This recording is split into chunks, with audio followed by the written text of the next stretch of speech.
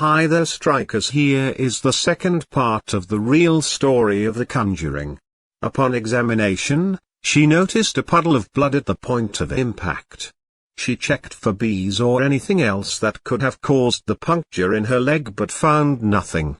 In her daughter's book, Andrea Perron describes the wound as a perfectly concentric circle, as if a large sewing needle had impaled her skin. When Caroline told Ed and Lorraine Warren this story in conjunction with the tale of Bathsheba Sherman, who had been suspected of killing an infant with a knitting needle, Lorraine suggested that Bathsheba Sherman could have taken the needle with her to the afterlife and used it to stab Caroline in the calf. From that point on, Lorraine Warren referred to the demonic presence in the Perron house as Bathsheba. House of Darkness, House of Light. Where is the real farmhouse located? The real Conjuring farmhouse, often referred to by the Perron family as the Old Arnold Estate, is still standing and is located in Harryville, Rhode Island. The barn is also still standing and is located to the left of the house. When the real Perron family fell upon hard times after a pipe burst and flooded their business, they reluctantly sold off a significant portion of their property's 200 acres. The lot size is currently listed at 8.5 acres. Subsequent owners have referred to the property by other names in addition to the Arnold Estate, including more recently the Old Brook Farm. Its original name before it was called the Arnold Estate was the Dexter Richardson House, named after the family that built it. The current owners, Norma Sutcliffe and Jerry Nelfrich, have no relation to the Perron family. How many people died on the farmhouse property? 8 generations of one extended family lived and died in that house prior to our arrival, says Andrea Perron, adding, some of them never left. The Black Book of Burrillville, the town's former public records book, reveals that over the course of its existence the property had been host to 2 suicides by hanging, 1 suicide by poison, the rape and murder of 11-year-old Prudence Arnold by a farmhand, 2 drownings, and the passing of 4 men who froze to death, in addition to other tragic losses of life.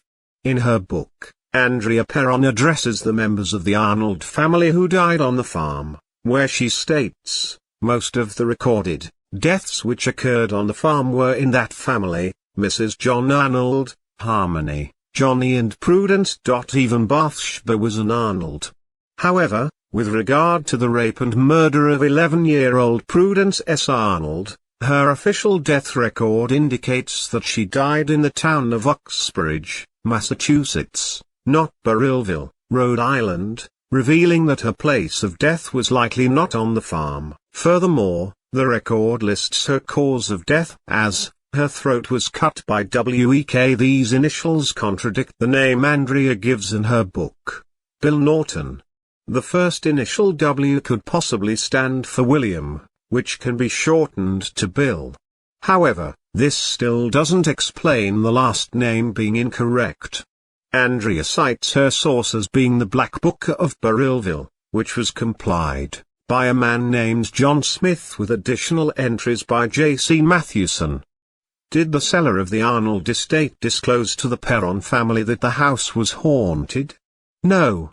Our investigation into the Conjuring true story revealed that the state of Rhode Island does not legally require the seller of a home to inform the buyer of the existence of a supernatural presence, nor does it require them to disclose any paranormal events that have taken place on their property.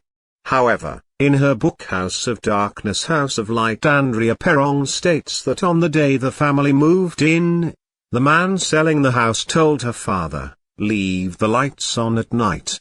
Have any other homeowners who've lived in the Perron family home had paranormal experiences? Daughter Andrea Perron, author of House of Darkness, House of Light, addressed this question in an interview. Everyone who has lived in the house that we know of has experienced this. Some have left screaming and running for their lives. The man who moved in to begin the restoration on the house when we sold it left screaming without his car, without his tools, without his clothing. He never went back to the house, and consequently the people who owned it, the adjacent landowners, never moved in, and it sat vacant for years. The current owner, Norma Sutcliffe, stated that she and her husband Jerry have had far less intense experiences in the farmhouse, including the door banging in the front hall, sounds of people talking in another room, the sounds of footsteps accompanied by a door opening in another room, and her husband's chair vibrating in the study.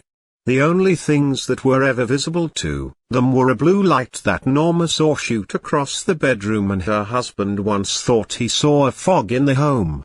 Norma stressed that she always looks at things from a scientific standpoint, and that she has never jumped to conclusions over any of these minor experiences in the home. Since the movie's release, Norma has endured an ongoing barrage of trespassers and onlookers.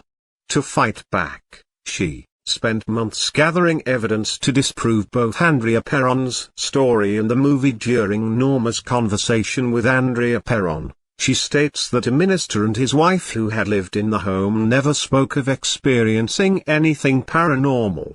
The real Lorraine Warren attempted to attribute this to the fact that he was a minister and would not want to reveal such information. Is there a real Conjuring doll that inspired the movie Doll? Yes, but it is not related to the Perron family haunting. The doll is based on a separate case from 1970 that paranormal investigators Ed and Lorraine Warren handled, the case of the Annabelle doll. A nursing student named Donna received the Raggedy Ann doll from her mother as a birthday present. Shortly thereafter, Donna and her roommate Angie began to notice that the doll would switch positions and move around their apartment on its own. Donna and Angie then began to notice childlike messages that had been scribbled onto parchment paper, which they concluded must have come from the doll. Things escalated when their friend Lou, who had been staying with them, claimed that the doll tried to strangle him during the night.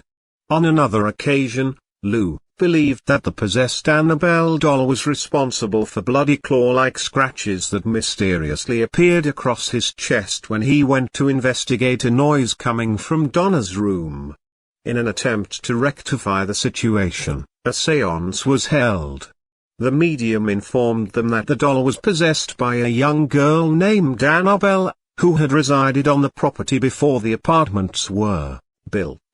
When she was just 7 years old, Annabelle's lifeless body was found in a field where the apartments now stood. Ed and Lorraine Warren eventually came to investigate after being informed of the doll through a priest that Donna had contacted. At the recommendation of their Warrens, an exorcism of the apartment was performed, and at Donna's request, their Warrens took the Annabelle doll into their possession, where it still remains today.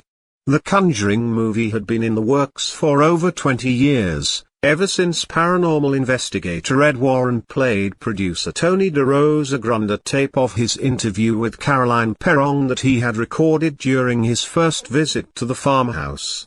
DeRosa-Grande in turn recorded Ed Warren playing the tape, and at the end of DeRosa-Grande's recording he can be heard saying, "If we can't make this into a film, I don't know what we can." He can also be heard discussing his idea for the movie with Ed. "It was either black or white," says producer DeRosa-Grande. Either this woman, Caroline Perron, had severe mental problems, which she didn't, or she was literally scared to death, which she was.